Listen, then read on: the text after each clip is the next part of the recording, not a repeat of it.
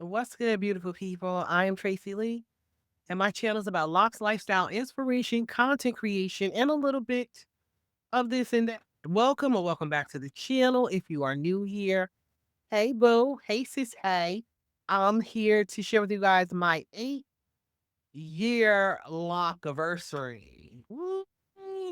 8 years locked, 8 years committed, 8 years of being delivered from the opinions of people, 8 years of just the same hairstyle, guys. And I want to take a little look back. Those of you guys who've been following me since February 2018 when I started this journey, shout out to you guys. You guys are the real MVPs.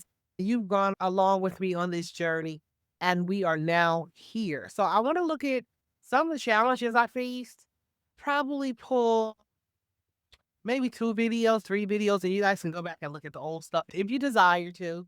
But I just wanna share with you guys, some of the challenges that we've had.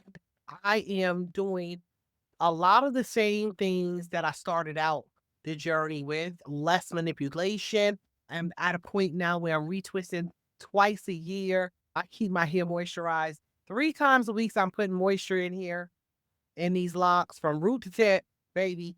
From root to tip, we are moisturizing 3 times a week. We keep our locks covered up, and we are also eating healthy, and all of that plays a part in a head of hair, natural hair. It plays a part in the outcome of your hair, the strength in the roots of your hair, all of that. We talk about moisturizing all of this on the outside, but you still got to be hydrated, boo. You still have to have a certain level of hydration. Your electrolytes got to be on point. So from the inside out, you can pretty much see the health of my hair, and it has grown tremendously. It has grown tremendously. And so, yeah, we don't do a whole lot with it. We're either wrapping it up in a bun on top and then putting our scarf on it, or we are swooshing it to this side or that side, right? That's what we're doing. I do have some rods. I want to put some curls in it. When my locks were a little bit shorter, I did tend to kind of bantu knot them a lot because I love the curls. But now that it's longer, I did get a few rods and everything, and I want to rod and curl my locks up and see what that look like. But other than that, we're not doing any type of high maintenance styling, updos, pulling, snatching the roots back, and all of that good stuff that people tend to do. And again, we're down to retwisting twice a year. So we're not doing a whole lot of pulling on our roots. We're giving our roots the opportunity to grow, to breathe, be healthy and strong. So let me just go ahead and pull up a video where I talk about how having thyroid issues can affect the growth of your hair. As a matter of fact, how it can affect the integrity of your hair. And let's look at that because I didn't realize that so many people were going through that as well. And I was able to share with them some tips and things to do to get your body back in balance so that everything else can be in balance, right? We also want to share with you a video. We talked about the awkward stage. A lot of times, the girlies could call it the ugly stage. We don't use that phrase here because none of the lock journey or the process of growing locks did I experience ugly stage. And everything is about how you feel about you, how you feel about the choice you made to lock up your hair. It all boils down to that. One thing I learned early in life is that if I say it, I'm going to see it. So I try to make sure I put out positivity into the atmosphere so that positivity is what manifests in my life. I never had an ugly stage. So, yeah, let's just start with that one and look at the video where we talk about the awkward stage of locks. Let me just pull that up here. And guys, bear with me. So much has changed on this journey. Listen, not only did my hair grow, but I gained some weight. I'm going through perimenopause, so it's out of control. But I do have a trainer who is getting your girl back on track and on point because the things that worked before it don't work now. It's not going to work for getting my hormones back balanced so that I can lose the weight that I need to lose. So a lot of these videos you're going to see, I was much smaller. And so it's just really showing up now that not only did my hair grow, but I did. But we doing something about it. We're working on it. We're working on it. So let me go ahead and add this video and let's go ahead and hit play on it. What's good, guys? Thanks for tuning into my channel and for tuning into another Lock and Life 5 session with your girl.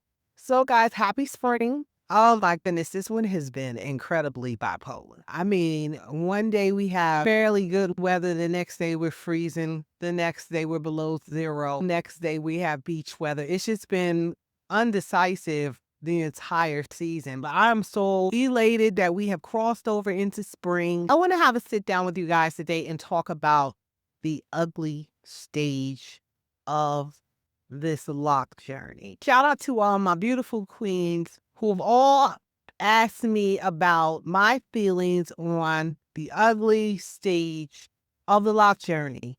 My answer's been the same for everybody. I feel that perception is everything. How we view things speaks volumes. And for me, yes, I went through a challenging stage. I like to say that I went through a challenging stage, never an ugly stage. It's how you see it. I learned so much in that awkward stage. And what sticks out the most to me, learning to become comfortable in my own skin and being content with myself, my authentic self, at any stage that I find myself to be in. And it was challenging to do that because you have people all around you who have no clue as to what's going on with you. They're just looking at you like you just let yourself go. That's not the case. And it's not that bad, queens, kings. It's not that bad. It's how you perceive it. There's a lot you can do when you're going through the awkward stage in your lock. And I'm going to continue to call it awkward stage because I did not personally perceive it to be an ugly stage, period. Okay? I did not experience an ugly stage at all in my journey. Let's look at the next one, guys. Thanks for tuning into my channel and for tuning into another Lock video. Guys, if you're interested in hearing about thyroid health and the integrity of your natural hair, locks, hair in general, stick around. What does my thyroid have to do with my hair? As a matter of fact, what does it have to do with anything? Guys, back in 2007, I did the big chop, cut off the creamy cracks, started over, and began to grow out my natural hair.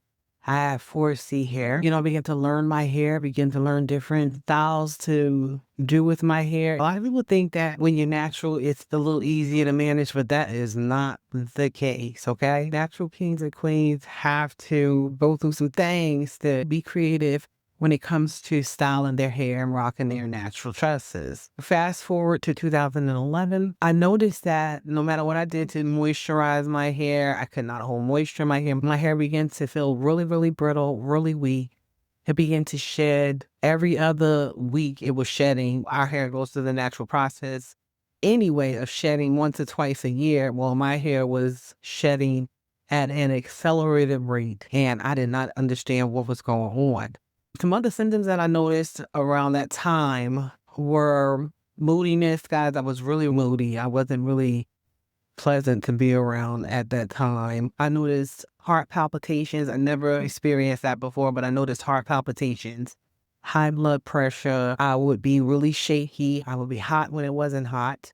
And it was just a lot of things taking place. And the most prominent thing that I noticed outside of my hair shedding was I developed a really large growth in the front of my neck. I was really concerned that something was going on that didn't need to be going on in my body. So, of course, I went to see my physician, and I'm going to speed the story up, guys, so that we can get to the point. Okay, went and made an appointment to see my physician. And of course, when I told him all the symptoms starting from my hair, just suddenly changing the texture of it being dry, it shedding every other week, but normally would shed once or twice a year. I noticed that my hair was shedding every other week, regardless if I would put a protective style in it, wear my hair up for a couple of weeks. When I took that protective style down, I noticed that I was losing a lot of hair. So, of course, the first thing he did after I began to tell him, yeah, I'm experiencing experiencing mood swings and I'm experiencing heart palpitations. I'm really shaky for no reason. Literally, it was really noticeable when I would hold a fork or try to hold some type of utensil. Blood pressure had escalated. Never had any issues with my blood pressure in the past. Before this all began to happen so suddenly. He immediately said, we're going to do some thyroid testing to check the levels of your thyroid, because if your thyroid is not functioning the way that it should be functioning, all of these things could be very well happening because of that. That was a good video I shared on what I did. You guys can go watch the video. I'll plug it down in the description area. But what I did to counteract what was going on in my thyroid so that my hair can begin to grow healthy, and not just my hair, my skin. I mean, I was broke out all over. It was serious. And those of you guys who have gone through thyroid issues, hypothyroidism, Graves' disease, Hashimoto's, any of those type of things. I don't know if I say the Hashimoto's correctly, but it's pretty much low thyroid. One is hyper, one is hypo. I was dealing with hyperthyroidism, and I had gone through a very traumatic situation with the death of my mother, and it just threw my whole body out of whack. So a lot of the things that I was experiencing physically came about from what I was not dealing with emotionally. And that's a whole nother video in itself. But if you're dealing with thyroid issues with Locs, check out the video. Hopefully, they'll be able to help you out. So what else do we have here? Let's see. I'm gonna just share another one. I'm just really excited about where I am on my lock journey and how far I've come and the growth, the length, just everything, the commitment. What my locks taught me not to really care about what people think or feel about me. Just being able to go back and look through my lookbook, because that's what this YouTube channel was about. Thanks for tuning into my channel, guys, and for tuning into another lock So let's look video. at this.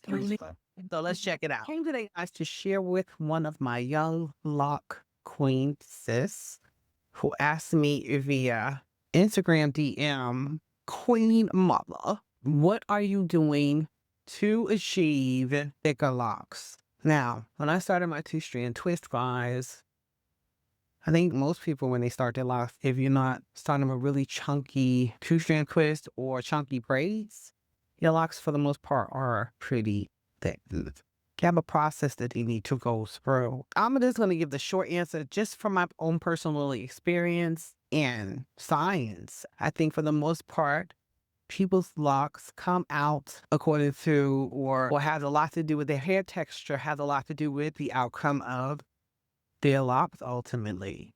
Everybody's hair texture is different. I have 4C hair. I had the 4C, whatever the nappiest hair on the planet. 4C is really tight, coily, curly hair. So for the most part, texture definitely plays a part in it. When I started out my locks, I retwisted every 4 weeks from months 1 to 4, and then from months 4 1 until the current time, and I'm currently 20 months locked. I've been retwisting every 3 months. So I think for the most part, for anybody who doing or has less manipulation in their hair, you're going to have thick roots and in turn, thicker locks. Again, it goes back to the texture. Some people have fine hair. Some people have curly hair, loose curly hair, medium curly hair, tight curly hair. Like myself, some people have permed hair. I mean, hair's gonna lock. If that's your goal, to lock it, it's gonna lock up. The texture is going to determine the outcome of it. Also, along with the care and maintenance on it, it's going to determine the outcome of it ultimately. But texture definitely plays a major part in how your locks turn out. Most of us come in, transition over to locking our hair with a lock crush for a lock goals, specific lock goals as to how we desire our locks to ultimately turn out. The reality is this, again, we can love on somebody's locks, we can have lock goals, we can have desires for our locks to look somebody else's, but if our hair texture is not the hair texture of the individual, 9 times out of 10, you could start how they started, part how they parted, and your locks are going to come out unique to you. That would be my short answer. Texture, less manipulation. Again, when you are not manipulating your hair like myself, as I retwist every 3 months, you see, guys, that I have really thick roots. And that in itself gives you the appearance of having thicker locks. Facts. So, yeah, I shared this video for the lock girls who wanted to know, listen, my locks are looking thin, they're looking fragile. How can I have thicker locks? And so there is no really straight answer if you didn't start with thick parts. And even if you did, it's still gonna boil down to your hair textures. I pretty much was not even 2 years locked when I did this video. We try to get back down to that way. But yeah. So you guys can go and check out my lookbook diary. That's what my channel is. Of course, I kind of evolved into other things on the channel, vlogging and things like that. But for the most part, this is my entire lock journey here on this channel. So you guys can check it out. We are celebrating 8 years as of February 18th. And I'm just really, really excited about this journey and where it's going to take me. I pretty much want to just get to the tailbone and then I'm going to start trimming. We're going to be realistic too. I have a puppy. So every now and again, one of her little furs, because she's a short hair puppy, will find its way in my lock. But other than that, I've been able to kind of keep my locks lit free. And that in itself is a job, but it's not really hard to do if you are keeping your locks covered up. We're celebrating 8 years. We're not really doing anything different unless it's best for my locks. Everybody is different. I do my own lock maintenance. I retwist my locks twice a year, moisturize 3 times a week. I wash every third week of the month. Not really doing detoxes, probably maybe once a year. I'll do a lock detox, a deep clean on them.